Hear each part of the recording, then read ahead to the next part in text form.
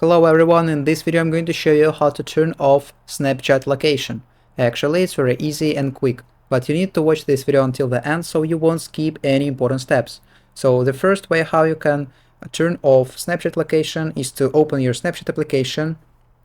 Then at the bottom left corner, click on the Friends section and then swipe your screen to the right like this. After that you will see this map. And then at the top right corner you need to click on the settings icon, here it is. And then in this list of options you need to enable the first one option, ghost mode. And then click on the until turn off, for example.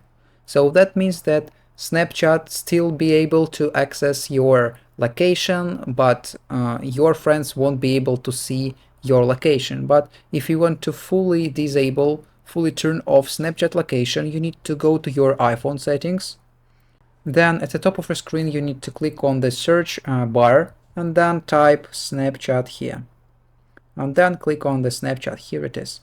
After that you will see this interface and you need to click on the first one option, location, and then click on the never button.